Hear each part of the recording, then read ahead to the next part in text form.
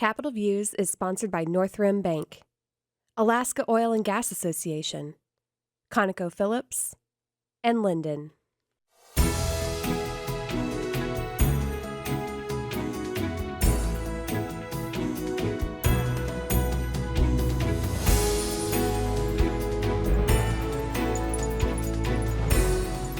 Hi, I'm Tim Bradner with Alaska Legislative Digest, and welcome to Capitol Views. And welcome today to Senator Cathy Tilton, who has moved up after many years in the State House to the State Senate. Cathy, thanks for joining us. Well, thank you, Tim. Thanks for having me. So Senator Cathy Tilton, that has a nice ring to it. Thank you. Getting used to it. Cathy, you were in the House. You were sort of a fixture of the House for many years, and of course, most recently you were Speaker. Maybe you could reflect on how many years you were in the House and some of the committees you were on, sort of culminating in your leading the House, the Republican House, as the Speaker of the House, and then maybe touch on what you did, what your life was before the legislature. Oh, there's life before the legislature. I will comment on that. So thanks for those questions, Tim. I started as a staff in this building 16 years ago. Staff for 4 years, 2 years in the House, 2 years in the Senate. Actually, a fun story is I am in the office that I started out as a staffer, and I am now the senator in that office when I worked for a senator. So that's a fun story, kind of a full circle. So I was elected in 2014 to the House of Representatives and had a really wonderful time in the House, and part of my heart will always be there.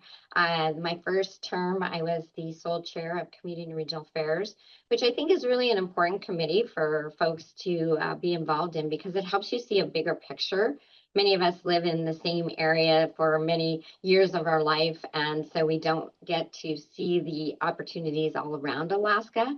So Community and Regional Affairs was a very good committee to be able to chair and to have a broader view of what the needs are all across our state. After that, we were in the minority for the next 6 years, and I was on the Finance Committee for 4 out of those 6 years, and I've been the person from the minority on the Conference Committee twice. So that's good to get that budget background and have that solid understanding of the state's budget and where we're at fiscally. I think that's really an important piece of being a legislator. Then I was elected to be the minority leader and led a 19 or 18 member minority, which I am very honored to have spent that time being the minority leader. We were able to then take from ourselves from being in the minority to the majority, and that is when I was elected Speaker of the House, which just a terrific honor to have your colleagues put their faith and trust in you to be the Speaker. Being the Speaker of the House is definitely an opportunity to lead the entire body. So versus just being the leader of your caucus, you are now the leader of the entire House, both caucuses, across the aisle and what have you, in running those day-to-day floor sessions and keeping the House running in good order. I'm blessed to have that. And I think when I took the gavel, one of the things I said was, let's have respect for ourselves, respect for each other, and respect for the institution. And I still feel really strongly about respecting this institution. We have these norms here that, the uniform rules, Mason's manual, tradition, and precedent. And I think it's really important that we follow those norms and are respectful of the institution. Well, then the next year I was elected to be the whip of the minority and was kind of considering where I was going in my career. And I had been 11 years in the House. And I was offered the opportunity to run for the appointment for the Senate seat that former Senator Shelley Hughes was stepping down. So I was very, very honored to be appointed by the district, my colleagues, and the governor. And so here I am. I moved my way through the system, and am thrilled to be in the Senate. There are some differences, and we can talk about those later if you like. And before I was in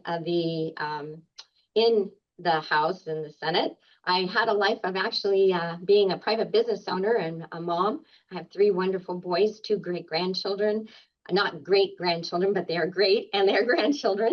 And I have a private business in real estate investment. Senator, you've had, as I recall, you had tight margins, both as minority leader and speaker to work with. And just refresh us on what the margin was when you were speaker, when the Republicans controlled the legislature. Yeah, we had 23 in the majority, so that is very tight to have only 23 members. It's not as tight as what they're running on now. They have 21 in the majority, so 21-19. We had 23-17. You have to really be on your toes and know how the votes are. You got to be able to count votes. I'll tell you that.